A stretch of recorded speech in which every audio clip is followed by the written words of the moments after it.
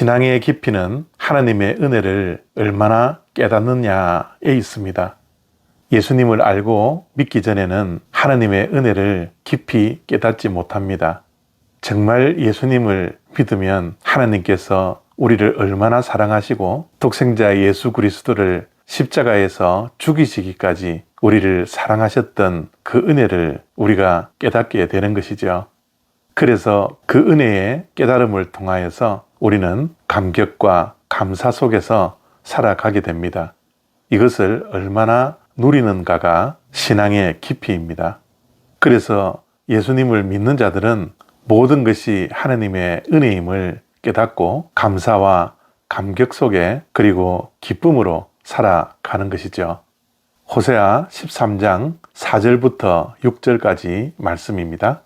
그러나 애굽 땅에 있을 때부터 나는 내 하나님 여호와라. 나 밖에 내가 다른 신을 알지 말 것이라. 나 외에는 구원자가 없느니라. 내가 광야 마른 땅에서 너를 알았거늘 그들이 먹여준 대로 배가 불렀고 배가 부르니 그들의 마음이 교만하여 이로 말미암아 나를 잊었느니라. 아멘. 이스라엘은 그 많고 많은 민족들 가운데 하나님께서 선택하신 민족입니다. 그 택하신 이스라엘 백성들을 위해서 하나님께서는 먹을 것부터 모든 것을 다 공급하시고 그들을 보호하시고 그들을 사랑하셨습니다. 그런데 그들이 배가 부르니 교만해졌고 하나님의 은혜를 잊어버렸습니다.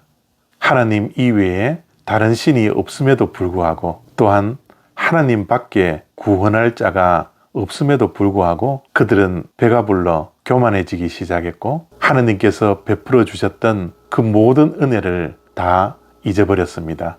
그래서 그들은 우상을 섬기게 되었고 더 교만해졌고 더 범죄하는 못난 백성들이 되고 말았죠. 하나님 없는 삶은 쉬 사라지는 이슬과 같은데 그들이 하나님의 은혜를 잊어버림으로 결국은 하나님의 징계를 받게 되었습니다. 그래서 그들은 굴뚝에서 나는 연기와 같이 사라지게 되었던 것입니다. 그러하기에 우리도 이스라엘의 역사를 잊어서는 안 됩니다. 이스라엘의 역사가 인류의 역사요, 우리 개인의 인생의 역사입니다. 먹고 사는 모든 인생살이가 다 하나님의 은혜 때문입니다. 이것을 잊어버려서는 안 됩니다. 우리가 숨쉬는 호흡마저도 하나님의 은혜임을 날마다 고백하고 그 믿음으로 우리는 살아가야 합니다. 사도 바울의 신앙 고백처럼 모든 것이 하나님의 은혜요, 나의 나 된 것은 하나님의 은혜임을 우리는 결코 잊어서는 안 됩니다. 만약 우리의 삶 속에서 이것을 잊어버리면 우리 또한 교만해집니다. 우리가 교만해지면 교만해질수록 하나님과의 거리는 멀어질 뿐입니다. 우리가 교만해지면 하나님이 더 이상 우리의 삶 속에 필요가 없고 하나님이 필요 없으니 하나님을 쉬 잊어버리며 살아가게 되죠. 저와 여러분의 모든 삶의 발걸음이 하나님의 은혜임을 믿고 그렇게 고백하고 있습니까? 우리의 삶의 모든 것이 하나님의 은혜임을 진실로 고백할 수 있습니까? 우리는 말만 하나님의 은혜임을 고백하는 것이 아니라 모든 것이 하나님의 은혜임을 고백하기에 하나님의 은혜 안에서 살아가는 삶이 우리들에게 믿음의 흔적으로 지속되어져야 합니다.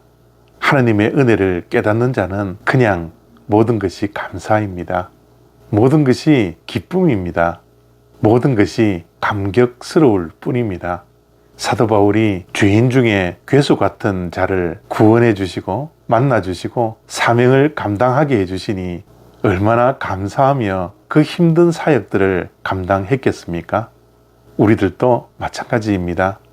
하나님의 은혜를 깨달으면 깨달을수록 우리는 교만해질 수가 없고 더욱더 겸손해질 수밖에 없으며 더욱더 감사와 기쁨으로 살아갈 수밖에 없는 존재들입니다.